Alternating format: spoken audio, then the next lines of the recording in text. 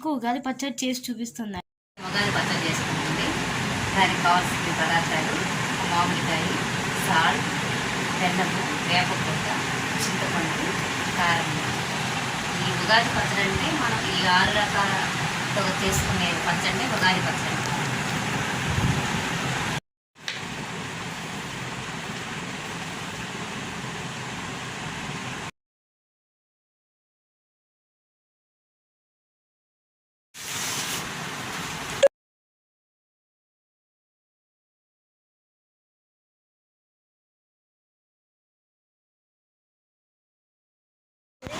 చేసుకుందామండి.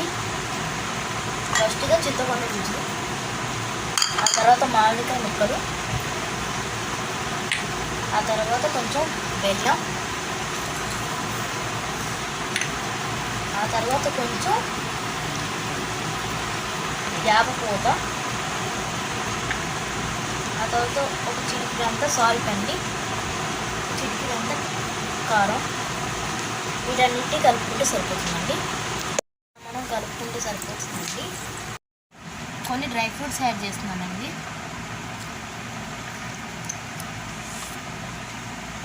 ఇప్పుడు వీటిని మిక్స్ చేసుకోవడం అండి.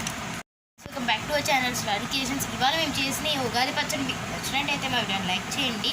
ఒకవేళ మా ఛానల్ కొత్త వారైతే మా ఛానల్ సబ్స్క్రైబ్ చేసుకోండి.